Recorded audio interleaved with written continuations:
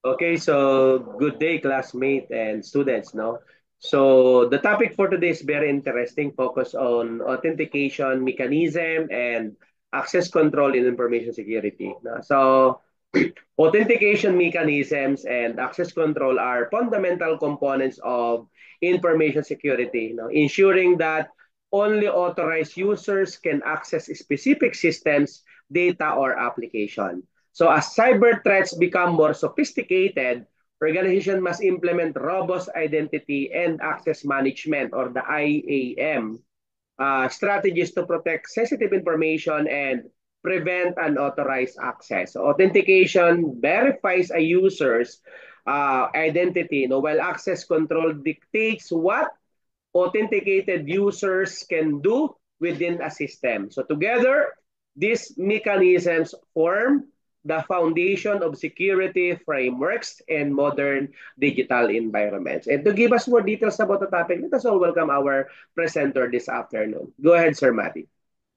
Thank you, Prof. Bante. So our topic for today would be module number 5, Information Assurance and Security. And we're going to be talking about the key concepts of identity and access management. So before we move to the specifics, so our main topic is security. And for this, we have authentication mechanism. By definition, authentication mechanism verify a user's identity before granting access. And for example, before an employee can access the database or the system used for his or her work, uh, the user needs to go through a verification process. So the first type that we have here is multi-factor authentication, also known as MFA, which uses two or more verification factors. The first one would be something you know. So that would be password or PIN, something a user that personally keeps to himself. The second one is something you have. Smart card, security token.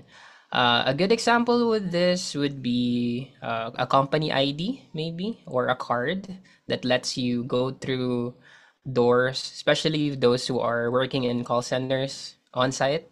So they need a card in order to get through a specific door. But if they're from different department, then they won't be able to access that part of you know, the building. And the last one is something you are. So that would be biometrics, which uses unique biological traits. And the examples are fingerprint, facial recognition, retina scan, or even DNA, maybe for much more complex systems like maybe uh, life and death situations or something for you to come up to using DNA as a key to get into something or to a system. So now that we know the authentication mechanisms, let's dive into the two different types of access control. So the first one is from the word itself, role-based access control or RBAC. All right, so here are the definitions for role-based access control. Access granted based on roles within an organization. For example, an HR employee gets access to employee records but not IT configurations. And the pros or good thing about this is simple, scalable, and easy to manage. Uh, from the word itself, role based. So, for example, the HR, yeah, we already had an example, but just to put that out again. So, for an HR employee, the person under that department can access the documents, maybe employee records, but the security guard of the company won't have access to it, of course, since the access is based on the role, which is anyone under the HR department can have access to. So that is role based. And the cons or the things that might not be good for this type of access control is less flexibility for fine grained access. As we know, anyone in the HR department can access the same thing because it is role-based, or could be different. There could be hierarchy in the HR department, so it depends. But in general, role-based access control will be based on their role. So president or assistant and so on. And the second one is attribute-based access control. This one will have more fine-grained control over how the user can be, verified, or how can he access the system. So by definition, access determined by attributes. So here, user resource environment.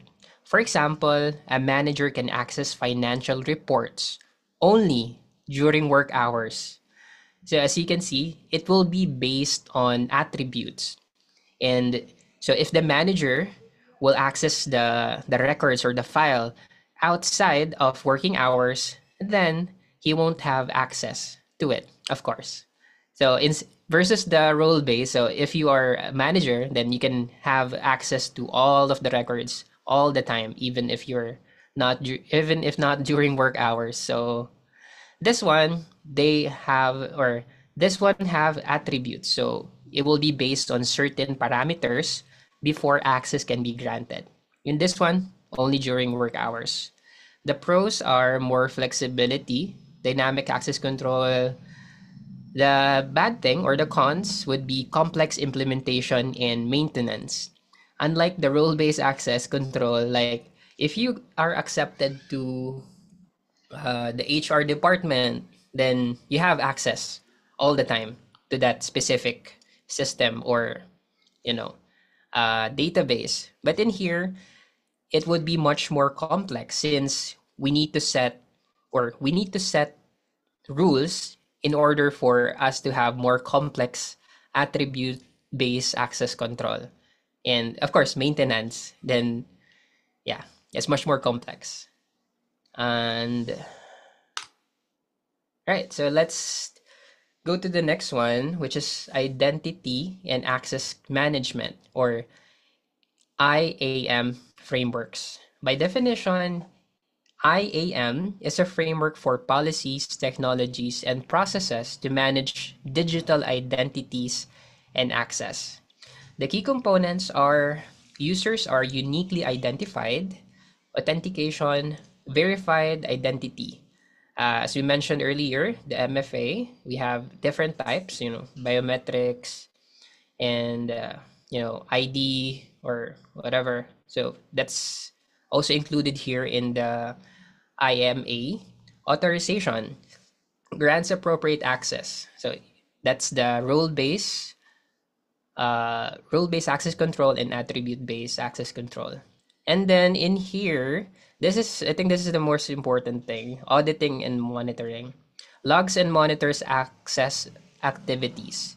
So when using a framework, unlike the regular thing on the office, maybe if you're familiar with call centers, like there are guards that monitors who comes in and who goes out of the building. So they take note of that for, in case something happened.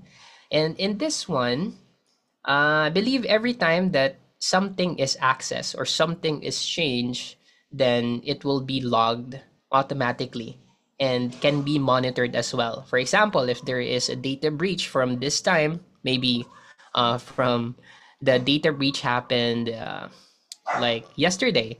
So we can go back to that specific day and check who accessed those files that got leaked. So that's the IAM. And we have two examples here.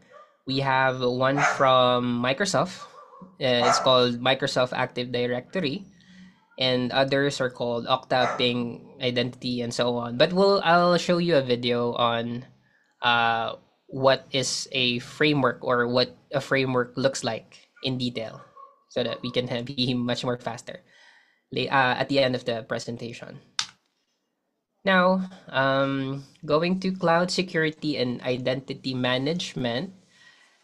Yeah, this is all right. I think this is it. AWS, that means Amazon Web Services and Azure. So why do we need to have it on cloud? The security and the IAM. So cloud environments require secure identity management to control access, especially for those who are working remotely. Like if you are a developer and the main system or the main company is in the other country or overseas, then this needs to be implemented. Of course, you're accessing the files online. That's why you need to also have authentication in the cloud environments. So, all right. So we have two types here: Amazon Web Services, IAM, user authentication through IAM users, groups, and roles. So that's what we talked about earlier. Role based. Policies define permission using JSON based rules. I'm not really sure about this, but I think this is like attribute based integration with AWS services. This one I'm not really sure as well, but I'll show you a video later. And for this one, for Microsoft, the Active Directory, Azure, provides single sign-on SSO and MFA. I think the single sign-on would be like if you log in online anytime, you put in your password, your username, then it will request a single sign-on. It's like maybe a code that will be sent to your email, as well as multi-factor authentication, as you can see here. So that would be either I think it's the same thing. Multi-factor authentication is like multiple layers of challenges or security questions or protocols before you can access it. So Azure have that, as well as role-based and conditional access. We talked about that, the role-based and attribute-based. And I think this is a good thing to say as well. So it integrates with Microsoft 365 and third-party applications. For example, anyone who changed something or access the Microsoft Word file online, then Azure will have a history of the changes as well as who accessed that particular uh, document.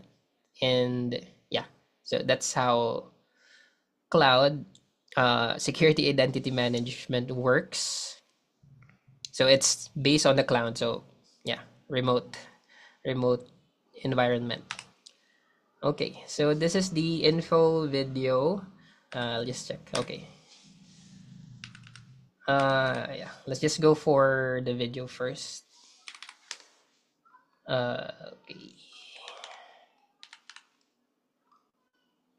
Oops.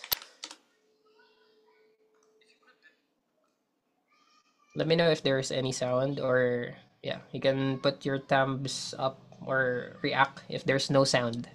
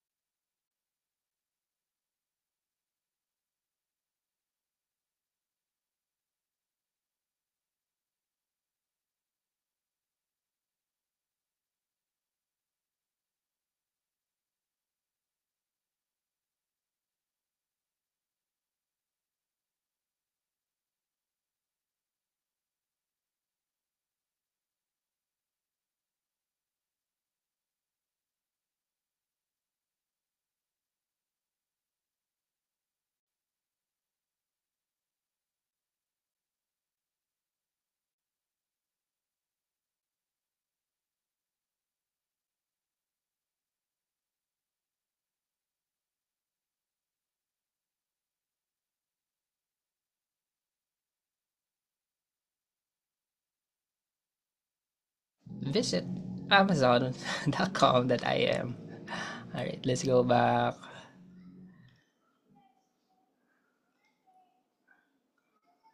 Okay, so here's the summary for the presentation. Okay, so authentication mechanisms ensure identity verification, MFA, biometrics, role-based access control versus attribute-based access control. The first one is role focus, the second one is attribute-based and more flexible. The IAM framework ensures secure identity and access management. And we can also implement that on cloud via Amazon Web Services and Azure, which enhances cloud security with strict access policies, as we've seen on the video. Best practices.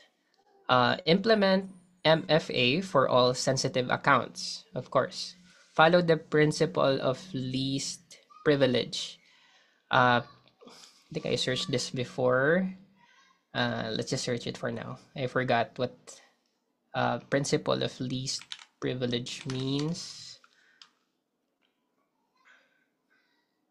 Okay, so the principle of least privilege, or POLP, is an information security concept which maintains that a user or entity should only have access to a specific data, resources, and applications needed to complete a required task. So that would be like maybe common sense that the HR department will have access to HR stuff, and the security guard at the building shouldn't have access to it. Um, Next one is regular audit and update access permissions. So I think this is for maintaining a IAM framework. So you need to check regularly for those who are practicing or maintaining the security part of the company, and use strong authentication policies in cloud environments, which I think based on the video will got covered on the different types of access that can be given to the users in the cloud. So that's the end of my presentation. Back to you, Prof.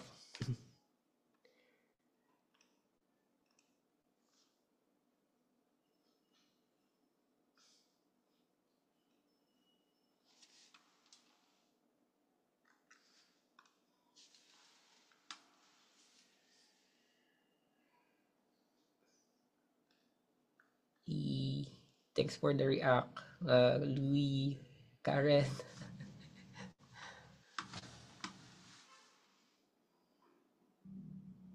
Alright, I'm just gonna wait for Prof.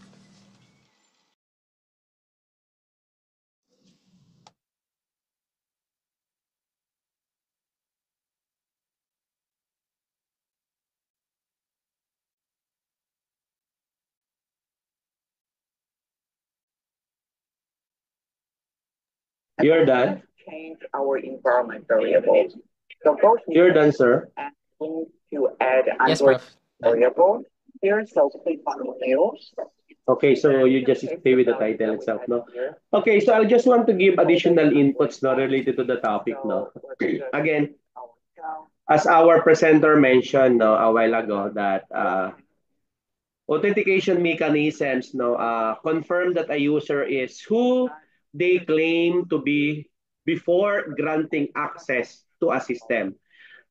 Because traditional authentication methods includes passwords which, while widely used, have significantly security risks such as susceptibility to brute force attacks and credential leaks.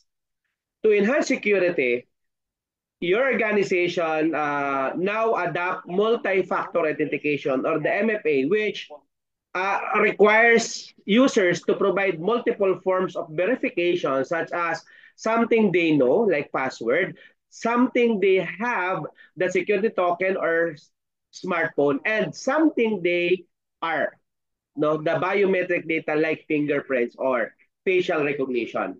Another advanced authentication mechanism is the single sign-on, or the SSO, which allows users to authenticate once and gain access to multiple applications without re-entering credentials. And this improves user experience and reduces password fatigue while maintaining security. Similarly, adaptive authentication employs artificial intelligence right now, no, and machine learning to analyze, no, user behavior and assess risk levels dynamically. If an access attempt appears suspicious, such as a login form, an unusual location, the system may require additional verification. Now, how about the access control models? Now, access control that determines the level of access granted to authenticated users. There are several models used in information security, no? Including the discretionary access control or the DAC, or mandatory access control or the MAC, and role-based access control or the RBAC, no? So, DAC or discretionary access control allows resource owners to set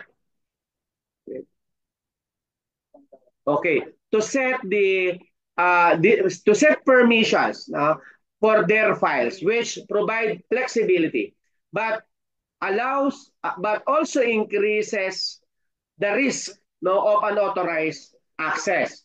MAC naman po, or yung ating tinatawag na mandatory access control, is a stricter model, no, where access policies are centrally managed and cannot be altered by users, making it deal, no, for highly secure environments such as government or the military institution. RBAC is one of the most widely used access control models in enterprises or in the businesses, as it assigns permission based on user rules within an organization. Let's say, for example, no, a finance department employee may have access to financial record, while an IT administrator can manage network configuration. And this approach simplifies permission management and minimizes the risk of privilege misuse. So more advanced models such as attribute-based access control use a combination of user attributes, no, environmental conditions, and resource sensitivity to determine access rights dynamically. Now, what will be the importance of identity and access management? No? So, IAM or access management or identity and access management solutions integrate authentication and access control to provide a centralized framework for managing user identities and permission. Organization implement IAM or identity and access management system to enforce security policies, no, streamline access management, and enhance compliance with regulations such as General Data Protection Regulations, no, or GDPR, and the Health Insurance Portability and Accountability Act, or yung HIPAA natin. So because IAM, no, identity and access management solutions often include directory services, no, identity provisioning and privilege management and audit logging, no, to track user activities and detect potential security breaches.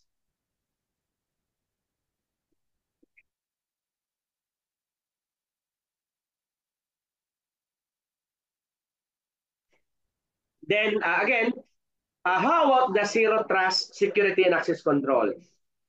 The traditional security model assumes that user inside a network can be trusted, no? But the rise of cyber threats has led to the adoption of the zero trust security framework.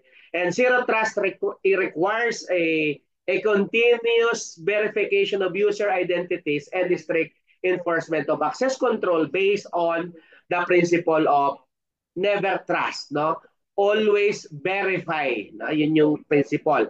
Under this approach, every request for access is scrutinized, no? And users must be authenticated and authorized each time they interact with resources, no? Regardless of whether they are inside or outside the corporate network. Another, of course, is the challenges in authentication and access control. Despite advantages or advancement in authentication and access control technologies, Organization face several challenges with password practices, remain a vulnerability with many users reusing passwords across multiple accounts. Implementing MFA can mitigate this risk, no? Can be challenging, no? Additionally, no, managing access control policies for a large number of users in complex environments can be challenging, requiring automation and centralized administrations. No? So, cyber criminals control or either cyber criminals no, continuously evolve their tactics to bypass authentication mechanism, making it essential for organizations to stay ahead. I-turn off mo yung stay ahead with proactive security measures, no? Phishing attacks, credential stuffing, and social engineering tactics are commonly used to exploit human vulnerabilities and gain unauthorized access. So organization must invest in user education and security awareness training to reduce this risk. Now, so what will be the future trends of authentication and access control? As technology advances, no, the future of authentication and access control will rely more on passwordless authentication, where biometrics, no, cryptographic keys, and behavioral authentication replace traditional passwords. So, decentralized identity management using blockchain technology is also gaining traction, allowing users to have greater control over their digital identities. No? Artificial intelligence-driven security and analytics will further enhance access control by identifying anomalies and preventing unauthorized access in real time. So therefore, no, authentication mechanism and access control are vital in safeguarding data, digital assets, and protecting against cyber threats. So organization must adopt a multi-layered security approach that includes through authentication, dynamic access control models, and IAM solutions to ensure a robust defense against unauthorized access. As cyber threats continue to evolve, staying informed about the latest security trends and implementing best practices in identity and access management will be critical to maintaining a secure digital environment. Okay?